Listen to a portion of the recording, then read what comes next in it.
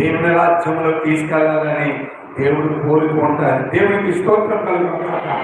14వ వచనంలో నేను వారికి వాక్యం ఇచ్చి ఉన్నాను, నేను లోక సంబంధాన్ని కానట్టు వారు కూడా లోక సంబంధాలు కాదు కనుక లోకం వారిని ద్వేషించుచున్నది.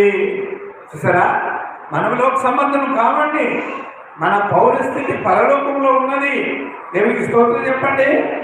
మనం పరలోకవాసులమని నువ్వు ఆలోచించుకోవాలంటే ఈ రోజు కాకపోతే రేపు చనిపోతుంది, దానికేముంది.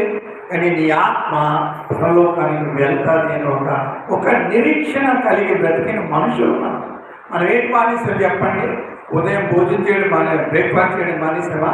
పడుకోవడం మానేసామా? తినడం మానేసామా? మన పిల్లలకి చక్కగా చూడడం మానేసామా?